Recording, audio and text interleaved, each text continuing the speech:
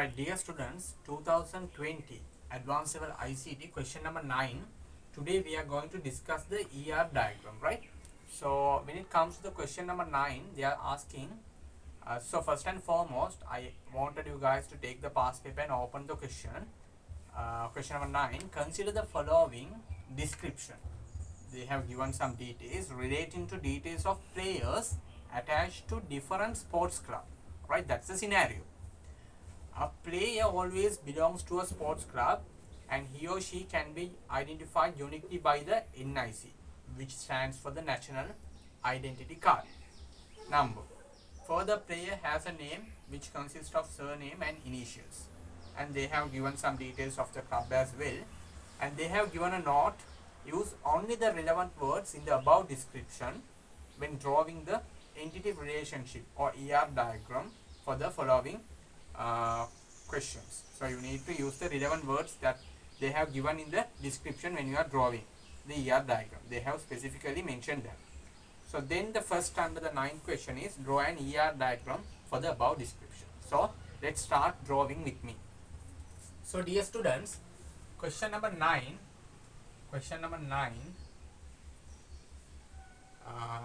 A. Right.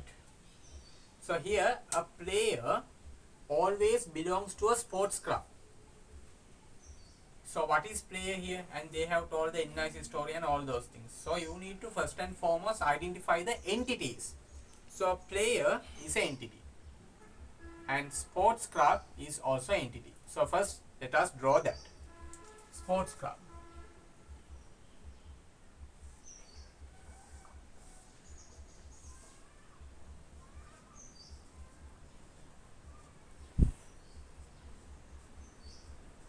That is one entity, and the other entity is player.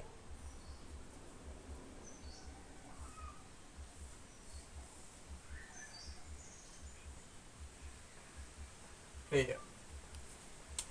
A player always belongs to a sports club and he or she can be uniquely identified by the NIC. Then what is the primary key for the player? NIC. So the attribute is NIC. Let's draw that.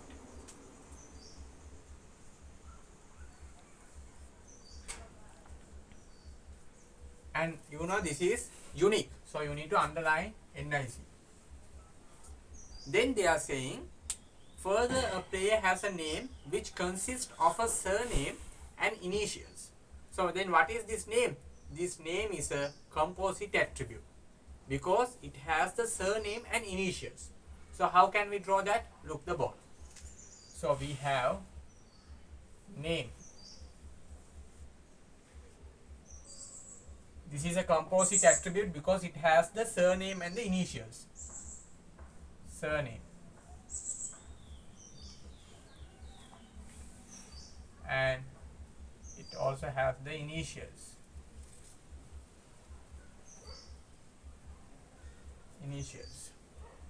Right?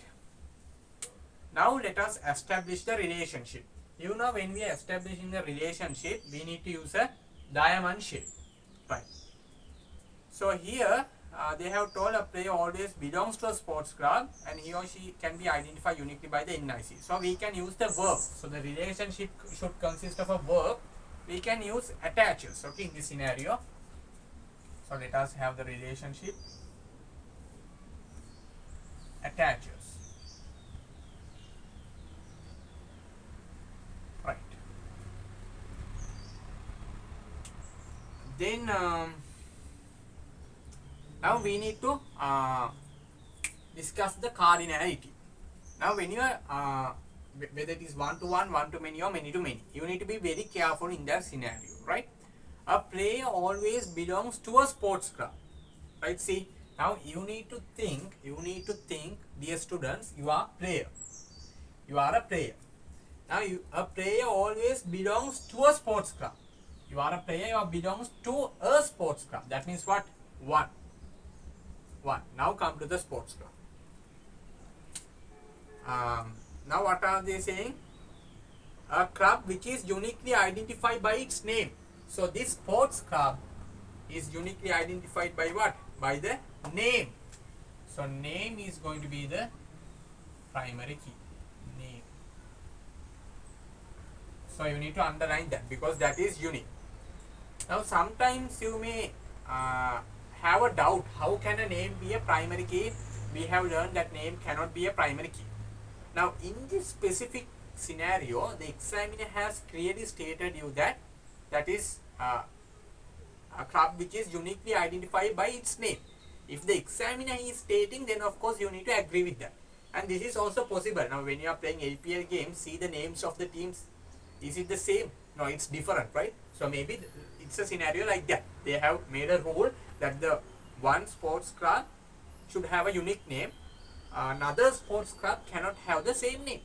That's the restriction they have placed, right?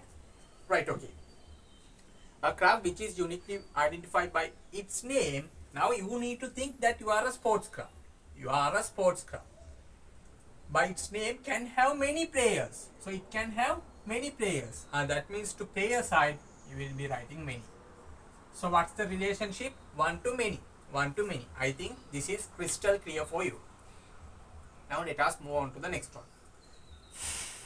A player can play games, it seems. So game is what? Game is an entity. Game is an entity. So let us draw that entity. So I am going to draw that game entity here, dear students. So I wanted you guys to draw with me itself, because when you are drawing with me, you will be practicing this, right? That's why. So game. So here it should be singular. When you are writing a name of the entity, it is singular always. Don't write it in plural. Now here they have said games because according to their logic, grammar, that is correct. A player can play games because to mention the cardinality. But you must be very careful. You need to write the name of the entity in singular, not plural. Always keep it in your mind. Right? A player can play games. So we need to use a verb to mention the relationship. We need to build the relationship. And also the relationship's name should be a verb. Should be a verb. So you need to say plays, right? So let me draw that. So here can have plays. So this diamond shape shows the relationship, right? Plays. It must be a verb, guys. So plays.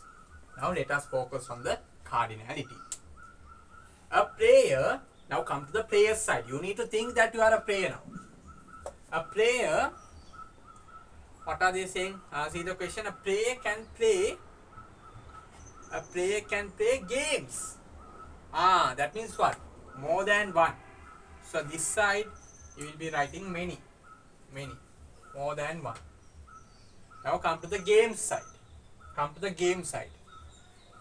Now here, and each game, you think you are playing a game, anything, you think that you are that particular game. Each game is played by at least one player. Now most of the students misunderstand this and they put one here, which is completely wrong. Right? Read it carefully.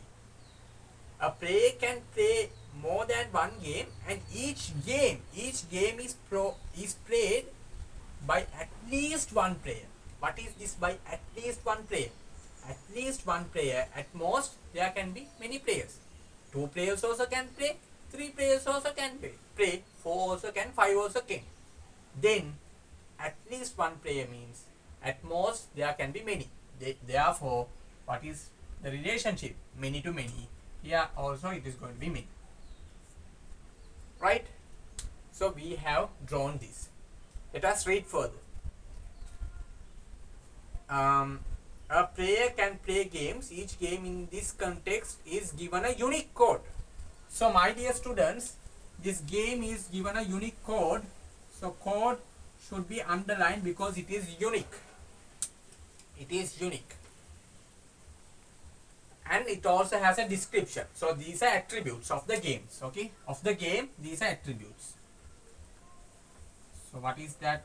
Another attribute of this game entity, that is description. description. Right. A player can play more than one game, and each game is played by at least one player. We have done. Right. See, now we are done with everything. Yes. First one, draw an ER diagram for the above scenario. First one. Right. Now, second question, dear students. So we have drawn the sports club. We have mentioned the here the key. We have mentioned the relationship, player. Here it's a composite attribute, and you have surname and initials within that, and we have the NIC, which is unique there. Then we have the relationship must be a verb, place. Then here the entity game, and it cannot be in plural. Entity name should be singular. See, sport club, player, game. Then this code is a unique one, and description is an attribute. Both are attributes. Okay, this is key attribute. Then next, what are they saying? Second one, extend the ER diagram in above one. That means you need to extend this particular ER diagram. Therefore, some students draw a new ER diagram. Don't do that, dear students. They are saying to extend the ER diagram in above one, right? Therefore, you can write the answer for the second here by extending that, by showing the relevant one. Extend the ER diagram in above one to include the number of hours. Number of hours played by each player. That means this entity, but wait, each player, hours played by each player for each game. Then where will you include the hours? Now for us it is crystal clear, the hours is going to be an attribute. Now where are you going to insert the hours attribute? Is it is in the players or game? Dear students, you need to insert that in the relationship. Why? It is common for both player and game. Read it again. Each game in this,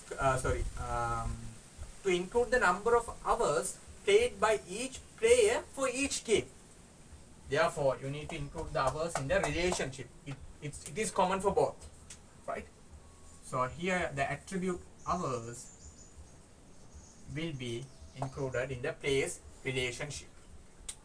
Then that is also done, right? Very, very easy. You guys can see this. I think this is one of the easiest question when it comes to ER diagram. 2020. Then third one, player may have a sponsor which has a unique title. So if it is having something unique, then that is an entity. Remember that logic, right? Very, very easy. So a player may have a sponsor. So sponsor is an what? Entity. Draw with me. Sponsor. So it must be in singular. So we need to establish the relationship now. A sponsor can give sponsorship only for one player. They are speaking about the cardinality. Let's come for that. Extend further the ER diagram in part 2 about to include the sponsor's details. So the third one also we are going to extend this ER diagram further. So a player has, we can say the relationship as has, okay? Has. Right. Now let us establish the cardinality. Player may have a sponsor. Now dear students, think you are a player. Think you are a player. A player may have a sponsor. That means what? You are a player, your point of view, player's point of view, you can have one sponsor. So this side one. Then what is they saying? A sponsor can give sponsorship. A sponsor can give only sponsorship for one player. A sponsor can give sponsorship only for one player. And then this side also one. Therefore the relationship is what? 1 to 1. You are having a 1 to 1 relationship. 1 to 1 relationship. So this is the end of the question. I think you guys have understood this, right? So hours attribute you need to include here under the place relationship, and here we have extended the ER diagram further to include the sponsor, and also we have another thing remaining, that is we need to include the attributes for the sponsor, right? Don't forget that. A sponsor, what is they are saying? Player may have a sponsor which has a unique title. So the sponsor has a unique title, which is an attribute.